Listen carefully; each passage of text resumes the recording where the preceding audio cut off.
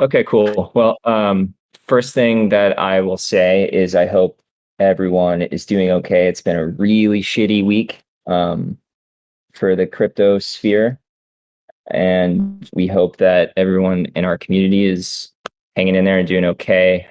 Just as a reminder, I'm not sure if everybody saw Carson's tweet, but Tokemak didn't have any FTX exposure or FTT exposure, so we're not impacted directly in any way. That's one of I guess, the shining beauties of DeFi throughout all of this is DeFi is looking pretty good comparatively to a lot of this CeFi mess. So yeah, hope everyone's doing okay. Next thing I'll say is ACC Toka is still on track to go into production by the end of November. We're going to schedule a call soon to go over all of the details of that, and obviously we'll be putting out an article with all of the specifics regarding the launch and the details of the mechanics, etc. Another reminder is to, if you haven't already, move your votes on the pair reactors to token reactors. I'm sure that the majority of people that are in this particular state of the reactor have already done that if they had votes on the pair reactors, but just a reminder to do that. And the last thing I'll say before we get the presentation underway is after the presentation, we're going to be putting together a lot of these materials and share them in some capacity, whether it's an article or a long tweet thread or something. So obviously this will be recorded, but we'll be releasing the presentation in a kind of like more permanent form than just this call. So with that, can everybody hear me okay? Seems like 27 kids said he hears no audio. Okay. Getting a thumbs up. Paul. Okay, yeah, cool. I can hear you perfectly, Connor. Just a reminder, if you're like new to Discord, sometimes it like, if you're, for me, because I play video games, sometimes it like switches up your presets for outbound and incoming audio. So you might want to go to settings and like make sure that you have the appropriate settings. Okay, cool. With that, I'll turn it over to Sam. Take it away. And Sam's going to share his screen. So you want to find Sam in the chat and then click on him and then bring up the video, or it might just do it automatically. There we go. There's like a watch stream in the video. Cool. Thanks, guys. Cool. Thanks, Connor. And so is everybody able to see what I'm sharing? Yeah, it works for me at least. Yep. Cool. Yeah. So I'm Sam. I'm a dev on the Tokemak team that focuses on research and analysis. And so today I'll be walking through some of the work that we've been doing on AMM analysis and profitability, specifically Uniswap V2, Balancer 8020, and Curve V2. Just one quick, I guess, preamble is that this presentation is based on assumptions that are specific to Tokemak and is not intended to be investment advice or guidelines for provisioning liquidity on AMMs. So the objective of the work that we've been doing is to identify sort of the best AMM for a given token pair. Best is a little bit vague and depends quite a bit on the characteristics of the token pair that you're trying to provide liquidity for. Some of the important characteristics when thinking about it are token volatility, expected trading volume, and whether you are entering a market where there is competition, whether centralized exchanges or other AMMs. Those will have an impact on the type of AMM you could deploy to and your expected profitability from it. The approach that we took for looking at this was, first we developed internal models for UniV2 balancer weighted pools and Curve V2. UniV2 and balancer are relatively straightforward. Curve, as we'll go through in this presentation, has substantially more parameters, which makes it very flexible, but also means that it's quite a bit trickier to identify what might be viewed as optimal parameters. Second, we generated swap data that emulates the kind of target tokens that we're working with. and produced swap data that it has situations where the price is up, price is flat, and price is down. We specifically chose to simulate this swap data versus backtesting over historical, just to give us the flexibility to, one, run many simulations, and two, be very precise about the scenarios that we were running and kind of the quantity of swaps, et cetera, that would run through the system. So it sort of simplified how we go about running this. We do intend to backtest and have done some preliminary backtests, but those aren't part of this presentation or won't be presented here. So in terms of what we did, there were two types of simulations that we ran, and both are pretty interesting. One is non-competitive, so that would be, what does it look like if all the swap volume is handled by a single AMM, so uni or balancer or curve. And in those cases, we start with a one-to-one price peg between the two tokens, and the total quantity doesn't really matter exactly, but it's 20,000 kind of total value is what's in the AMM. And then we sort of push through that generated swap volume. The second mode is where we split it across the three AMMs. So instead of 20,000 total value, each AMM would get kind of a third of that, and they sort of act as a unit that's there to be swapped with. And what we do is we optimize, we assume completely optimal markets, meaning that the swapper will find the best price kind of by splitting transactions if necessary, taking into consideration kind of the state of each of of all the AMMs, and also the gas fees that are associated with each AMM. Uni is the cheapest, followed by balancer, followed by kind of quite a ways away, curve V2. The key metrics, there's more than what's listed on here, but some of the key metrics that I'll walk through here are total return, so that's basically fee return and IL, fee return, and then pool turnover or volume.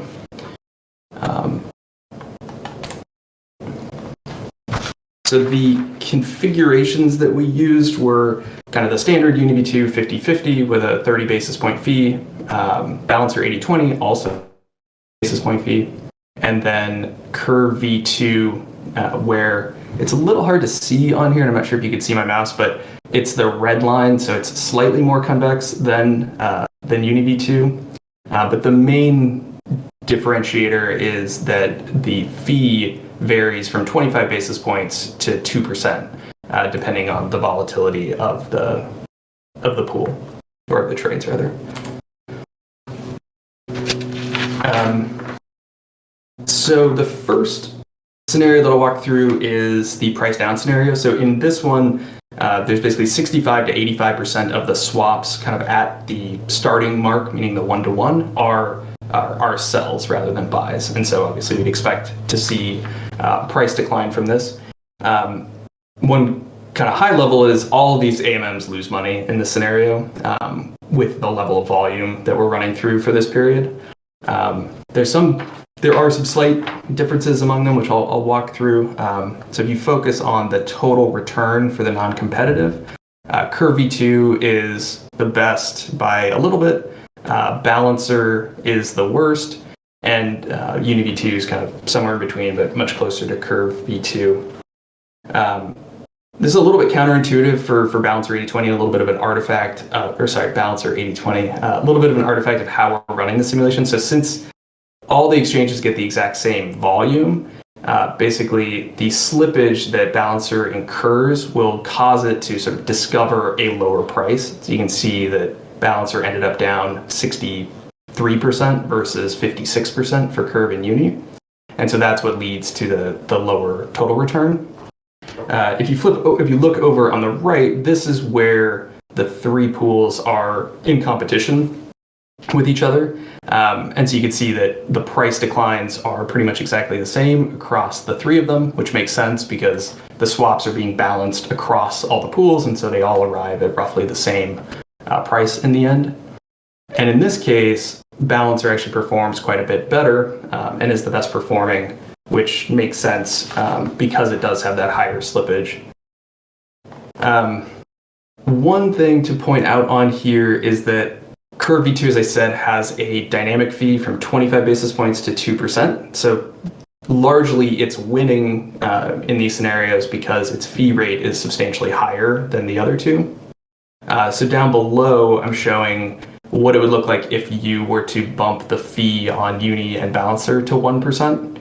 And so it does definitely change the outcome of it, but Curve still performs relatively well. So it doesn't really change the order or the overall kind of the ordered performance of the AMMs.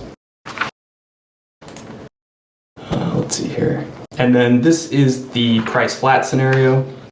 Actually, Sam, one clarification that might be helpful for everybody here is the total return, and Sam, correct me too if I haven't captured this correctly, is effectively you're taking your fees from the pool that are captured by the 0.3% line or the 30% line on the fee rate row, and then you're subtracting IL. So it's basically fees minus IL. If there are rewards in addition to trading fees, those aren't captured here? No. Yep.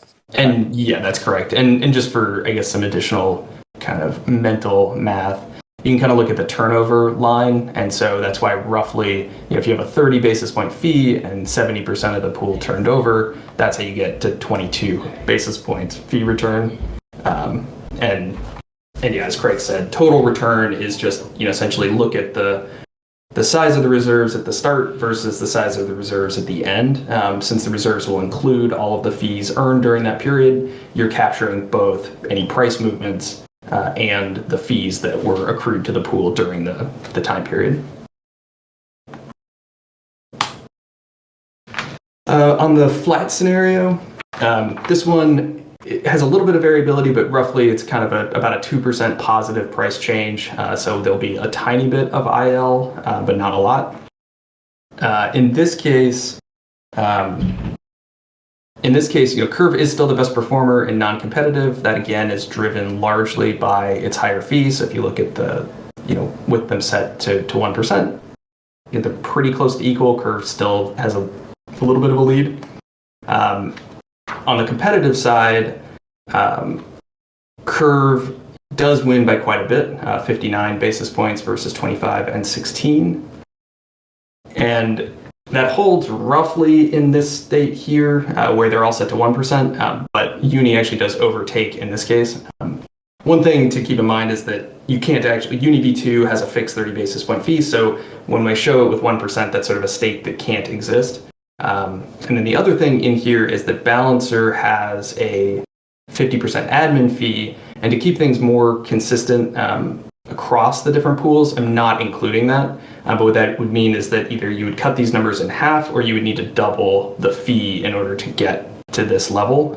Although that would change the competitive scenario because then Balancer would be substantially more expensive and so would get, less of the overall volume.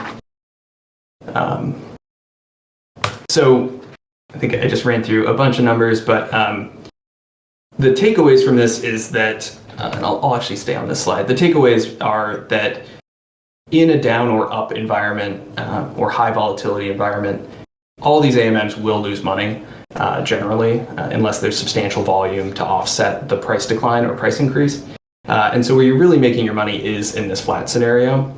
And so what we're looking for is something where we protect as much as possible on the down and the upside, but that we're able to capture volume during the flat period or the relatively low volatility period. And that's where Curve V2 is pretty helpful because the flexibility that it has to tailor the pools to the specific token pair, primarily as I've shown in here, the dynamic fee and the adjustable admin fee make it so that we can actually do the things that this model is showing, versus with Balancer and Uni, the only way to get that performance is to sort of override parameters that we know you can't actually do. But if you were to, for example, remove Balancer's 50% admin fee, then it looks a lot more attractive than it would otherwise.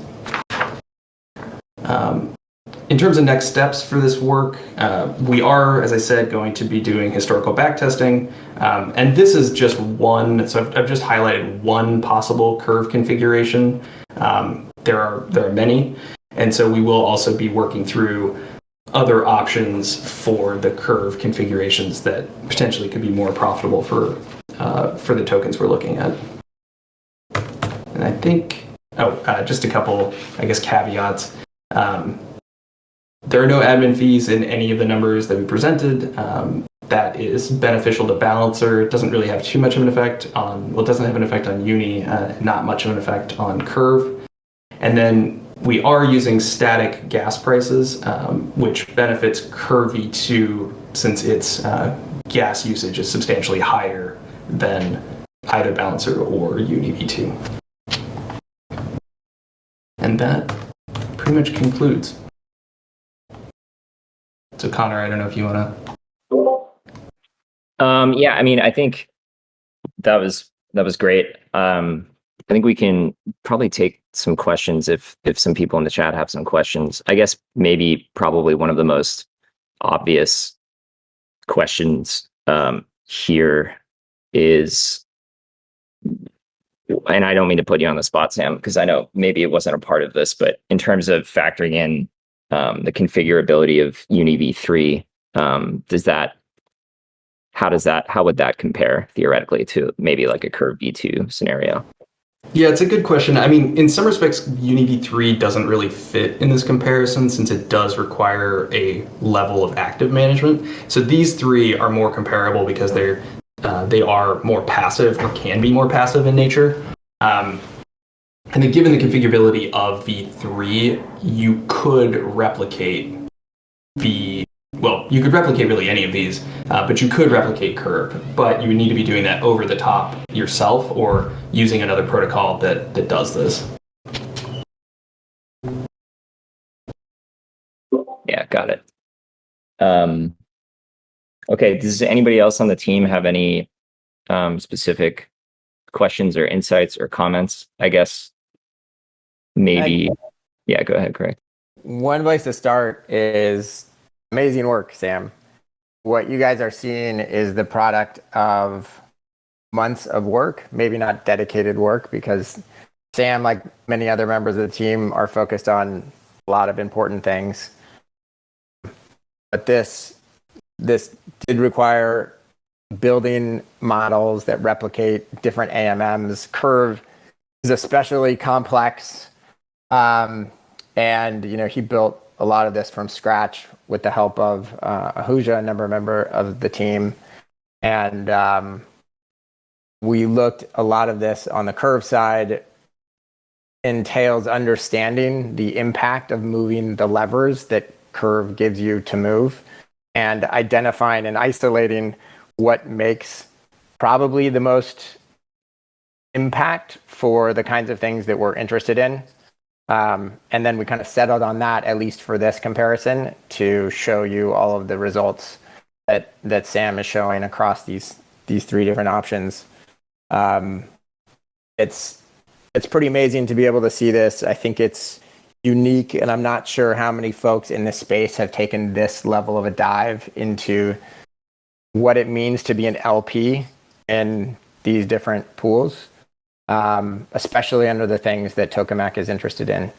So great job. It's really exciting for us internally to be able to see all of this. And I think we'll push this out because I think it's knowledge that the space will benefit from as well, which just kind of supports this idea of Tokemak being sort of an expert to help people understand how to create liquidity for their projects and to act as an LP to support those projects. So very excited about that. I think just to give a little bit more context for folks, we went down this path because of all the reasons I said, and then kind of at a practical level, we're always interested in how Tokemak can make most productive use of its assets. And that can mean a lot of different things to different people and to different assets themselves. But ultimately, what we're trying to do is find the right combination of the safest and most productive use of the assets that are in the system. And this gives some really great insights into some choices that we can make along those lines. So what this may mean and the things that can come out of this, many different things. And after more validation and back testing, we may see new options for liquidity deployments as an LD in pro mode, for example. It helps the LDs make better decisions for the protocol. It may mean that this guides the different types of assets we bring on in the future and the different pairings that we support. And then lastly, with some of the emissions updates that are coming in towards the end of this month, along with ACC Toka, which we published on our roadmap, the more profitable the system, the better for Tokemak, of course. But the LDs, based on the underlying profitability of the deployments, now can actually take a look at their pro mode LD choices and affect their own returns and those of the reactors they're voting to by directing liquidity to places where those assets can be most productive. So this is a lot of work and has a substantial impact for Tokemak and I think the space overall. Great job. Super exciting to see this for me. Yeah, well said, Craig. And I think, maybe we didn't do enough justice to initially to the work that Sam presented here. Building out those simulations is something that's pretty impressive. So Tradium has a question in the chat. I don't know if Sam, you want to take a look at it. I'm going to read it real quick. This may be more so, and Bruno, feel free to jump in on this. With the new reward emissions as we have them spec'd, rewards will be allocated to the reactors that are the most profitable. Currently, LD slashing is still on the table, but largely that is will operate the way that it has up till now. So it's more about kind of aligning interests, aligning voting with where Tokemak is profitable. Yeah, I think like last time we presented the kind of the new logic. Kind of that was like kind of the key difference that kind of we're talking about here is that initially like the balancing basically just was affected. Can you guys hear me? Yep. Yeah, we can hear you. Yeah, it's weird. It's just like switched off for a second for me here. Yeah, so the key difference is that like before it was like purely basically just the balance of the assets, right, in these reactors. And now like kind of it's informed also by like the performance of the underlying in those reactors. Right. Cool. We got a few more minutes here if anyone else has any last questions. Maybe just a comment with regard to Curve V2. I know that Sam mentioned this, but there is a caveat with regard to the computational complexity that Curve V2 implies. So obviously, under a regime where the gas prices are low, you should also expect better performance from Curve. But as the gas prices change, this will also have implications. This being said, I know that there will be some optimizations introduced to Curve in the near future, which should also reduce these costs. And obviously on layer 2s, Curve will have a better performance precisely because of that. Gotcha. There was another question in the chat, which I'm actually going to read. I should have read Tradium's question for the purposes of the recording, but if I understand correctly, the profitability of each strategy is the mean over many simulations. What about variance of each strategy across the simulations? What I'm trying to say is, can you put some error bars to your profitability estimates? Yeah, I was just answering in text form, but like this presentation, I was like kind of an overview, and as we mentioned before, there's like a little more going into this, and also like we have more data, and we plan on kind of publishing this in a more kind of a little bit like more extensive form, where this could be definitely considered. Yeah, and I do have just to the extent you're interested, I can give at least a couple on, this is specifically in the flat scenario, competitive, but where curve had a 59 basis point total return, standard deviation was 15 basis points. And balancer was 16 basis points with a standard deviation of 7, and uni was 25 with basically 12. And we do look at that across all of these, but for most of the cases where I was saying, or I think for all the cases where I was saying that curve V2 performed better, that took into consideration the variance across the runs. We have one more question, I think, before we kind of call it. But Craig, this might be a good one for you from Mark. What's the bar threshold for integrating new dexes? How do you think about that? That's a good one, and I think Sam will probably have some insights here too. I think what we're really interested in is material improvements from the options that we have today, and the results of this particular set of analysis and simulations indicate that curve V2 under the parameters that were chosen for this look to be a material improvement. And I think sort of the next steps there are back testing that Sam mentioned, and making sure that we've incorporated the important variables into these analysis that can impact the results of this profitability, and we with risk included.